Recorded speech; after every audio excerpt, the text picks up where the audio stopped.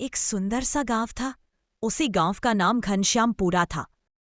उसे गांव में एक छोटा सा परिवार रहता था। उसे परिवार में पति पत्नी और उसका बेटा और बहू रहते थे। उनके बाजू वाला घर जो कि खाली था, क्योंकि वह मकान में हमेशा किराए के लोग रहने आते थे। कई दिनों से कोई रहने के लिए नहीं आया था। वासुदेव की पत्नी कमला उसे बातचीत करना बहुत अच्छा लगता था। उसकी आदत बार बार सबको पूछने की थी। कमला बाजार गई हुई थी। अरे वो हमारे गांव का वासुदेव है ना, उसकी बाजू वाला मकान खाली है, वहां पर कुछ लोग रहने आने वाले हैं। अच्छा है ना, वसुदेव के परिवार को नया पड़ोसी मिल जाएगा। हाँ, वो घर को कई दिनों से खाली है, अब जाकर कोई रहने आने वाला है। वहां पर उसने कुछ लोगों को बात करते हुए सुना।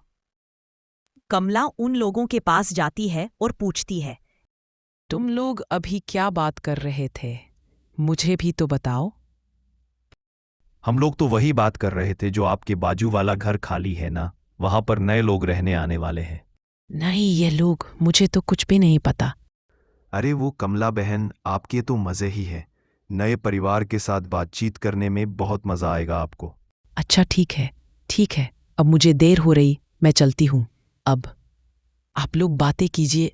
ऐसा कही कि वह अपने घर चली जाती है और अपने घर जाकर सबको बताती है कि अपने नए पड़ोसी आने वाले हैं। अजी, सुनते हो? हमारे बाजू वाले घर में नए लोग रहने आने वाले हैं।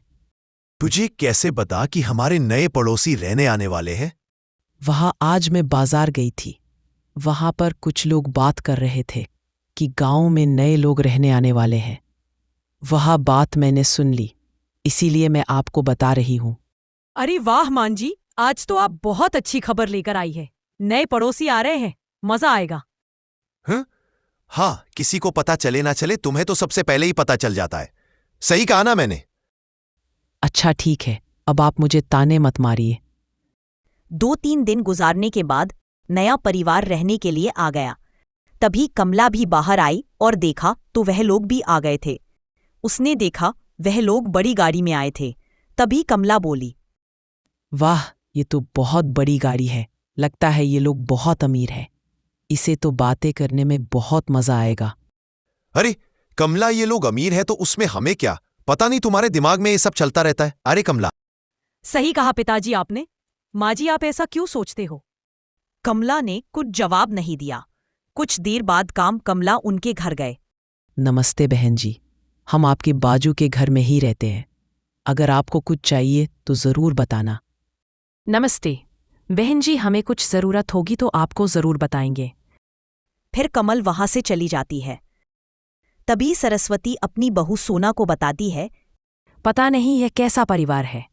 हम घर पर आए नहीं, तुरंत हमारे घर पर आ गए। हमारे पड़ोसी अच्छे हों तो अच्छी बात है। अरे बहू, तुझे तो सब अच्छे लगते हैं, पर आजकल के जमाने में सब अच्छे नहीं होते। कि अपनी सास बात सुनकर सोना कुछ नहीं बोल।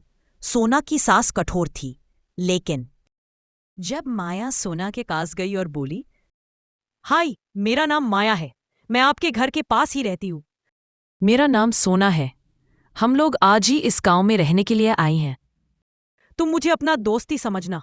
अगर कुछ जरूरत होगी तो मैं आपकी मदद जरूर करूंगी। माया दीदी, मुझे गांव के बारे में इतना कुछ तो पता नहीं है। आप मुझे कुछ बताएंगे? हाँ, जरूर बताऊंगी ना, उसमें मुझे क्या दिक्कत होगी। आखिर तुम मेरी नई दोस्त हो ना। हाँ माया दीदी, मैं आपकी दोस्ती तो हूं ना। अगर आप बाजार जाएं तो मुझे ज़रूर बताना। मुझे बाजार से कुछ सामान खरीदना है। हाँ, जरूर बताऊंगी। मैं मार्केट जाऊंगी ना, तब तुम्हें कहूंगी। सोना को अपने पैसे का इतना घमंड नहीं था, इसलिए सोना और माया दोनों दोस्त बन गए। 2-3 दिन के बाद दोनों बाजार में खरीदी करने के लिए गई। माया ने सोना को पूरा बाजार दिखाया। दोनों जब बाजार से लौट रही थी, तब सोना की सास ने देख लिया। सोना, तुम यहाँ बातें कर रही हो, घर पर बहुत सारा काम है। चलो अभी हमें वह काम पूरा भी करना है ना। हाँ माँ जी, आई रही हूँ। बस हम दोनों बाजार में खरीदी करने के लिए गए थे। घर के लिए कुछ नई चीज़ लानी थी ना, इसलिए। हाँ हाँ ठीक है, अब चलो घर, बहुत सारा काम है। ये बोलकर सब अपने घर चले जाते हैं। घर जाकर सरस्वती सोना से कहती है, सोना, तुम कितनी भोली हो। हमें यहाँ रहने आए अभी कुछ ही दिन हुए हैं और उसे लड़की को तुमने अपना दोस्त बना लिया। माँ, वह बहुत अच्छी है, हम दोनों दोस्त की तरह ही रहते हैं। तभी सरस्वती का पति बोला, अरे सरस्वती, तुम इतना क्यों चिल्ला रही हो? वो लोग तो अच्छे ही है ना, तुम्हें उनसे कितनी क्या प्रॉब्लम है? ये चीला कहा रही हूं मैं, बस सोना को बता रही हूं कि इतनी जल्दी दोस्त नहीं बना लेना चाहिए। अगर वह लोग अच्छे नहीं होंगे तो। आपने देखा है ना उसकी सास कैसी है, पूरा दिन बातें ही करती रहती है। उसमें हमें क्या दिक्कत होनी चाहिए? वो पूरा दिन बोलती है, इसका मतलब ये तो नहीं ना वो लोग बुरे हैं। वो तो बस उसकी बातें करने का शौक है ज्यादा। वाह, आप बहुत उनकी तरफदारी कर रही हो। ओपी जी बिल्कुल सही कह रहे हैं।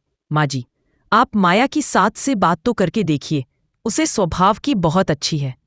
अच्छा ठीक है, आप सब इतना कह रहे हैं तो मैं उससे बात करूंगी। दूसरी तरफ वासुदेव भी अपनी पत्नी को समझा रहे थे। क्या हुआ? कुछ नहीं जी, ये हमारे नए पड़ोसी, उसे बहुत घमंड है और ये हमारी बहू उसकी बहू को अपनी दोस्त समझता है। माँ जी, वह तो बहुत अच्छी है, आपको तो उनके सास के साथ बनती नहीं है। उसकी सास भी अच्छी रहे, इतनी बुरी नहीं है। है, सही कहा तूने बहू। तू उसके साथ बातचीत कर, थोड़ा बहुत समय बिता तो तुझे पता चलेगा कि वो कैसी है। एक दिन में कैसे पता चलेगा? ठीक ठीक, मैं इसे बात जरूर करूंगी। अगले दिन जब वे दोनों मिलती है तो कुछ बातें होती है। कैसी हो? हमारे गांव में रहने में मजा तो आ रहा है ना? कोई दिक्कत तो नहीं हो रही ना? नहीं नहीं कमल बहन, बहुत अच्छा गांव है और मुझे गांव में रहना तो बहुत पसंद है। आप कभी लिए हमारे घर चाय पानी पीने के लिए? आज जरूर आऊंगी, आप भी मेरे घर आना चाय नाश्ता करने के लिए। ऐसे ही रोज रोज दोनों के बीच बात होने लगी। दोनों दोस्त बन गए थे। दोनों बाजार भी साथ में जाते थे और दोनों बैठ के बातचीत भी बहुत करते थे। एक दिन सोना माया से मिलने आई। ओ माया दीदी, क्या कर रही है आजकल? आप बहुत कम दिखाई दे रही हैं। हाँ, वह थोड़ा काम बढ़ गया था। तुम आजकल क्या कर रही हो, दिखाई नहीं दे रही हो। ओपी जी थोड़ा घर के कामों में बिजी थी। तूने सुना, हम दोनों की सास तो सहेलियां बन गई है, अब तो पूरा दिन बातें करती रहती है। सही कहा तूने, वह तो पक्की सहेलियां बन गई है, पूरा दिन बातें ही करती रहती है। आप लोग हमारे घर पर खाना खाने के लिए जरूर आना। हाँ, हम जरूर आएंगे। फिर सोना अपने घर चली जाती और खाने की तैयारी करने लग जाती है। तभी वहां सोने की सास आती है और पूछती है, अरे बहू, किसके खाने की तैयारी कर रही है तू? आपकी सहेली और मेरी सहेली को खाने के लिए कहकर आई हूं, इसीलिए मैं खाने की तैयारी कर रही हूं। अच्छा, कमला और उसके परिवार को खाने पर बुलाया है ना तूने? तो फिर ठीक है, कमला और उसका परिवार बहुत अच्छा है। हाँ, सही कहा माँ जी। इतना करके सोना खाने की तैयारी करने में लग जाती है और सरस्वती यह बात बताने के लिए वह अपनी सहेली के पास जाती है। आज तुझे और तेरे परिवार को हमारे घर पर खाना खाने के लिए आना है। हाँ, तेरी बहू आई थी और का कर गई है, क्या हमें तुम्हारे घर पर खाना खाने के लिए आना है? हम और दादा, तूने क्या बात नई नई सुनी है? फिर दोनों बात करने में लग जाती है। फिर माया उसके घर जाती है, खाना बनाने में सोना को, और साथ में दोनों बातचीत भी कर रही होती है। सोना, तुझे शॉपिंग के लिए आना है? मैं 1-2 दिन में शॉपिंग के लिए बाजार जाने वाली हूँ। हाँ हाँ, मुझे भी आना है शॉपिंग के लिए, कई दिन हो गए मैं भी। अब तो तेरी सास ताना नहीं मारेगी, क्योंकि अभी तेरी सास और मेरी सास दोनों सहेलियां बन गई है। हाँ, उनका स्वभाव थोड़ा सा कड़क तो जरूर है, वह दिल की बहुत अच्छी है। हाँ, अब तो वह मुझे कुछ नहीं कहेंगी। सही कहा तुमने, जैसी मेरी सास वैसे तेरी सास। ऐसे ही दोनों ने बातें करते करते खाना तैयार कर लिया और सभी लोग साथ में बैठकर खाना खाते हैं और हंसी मजाक करते हैं। ये देखकर वासुदेव और दिनेश को भी खुशी होती है।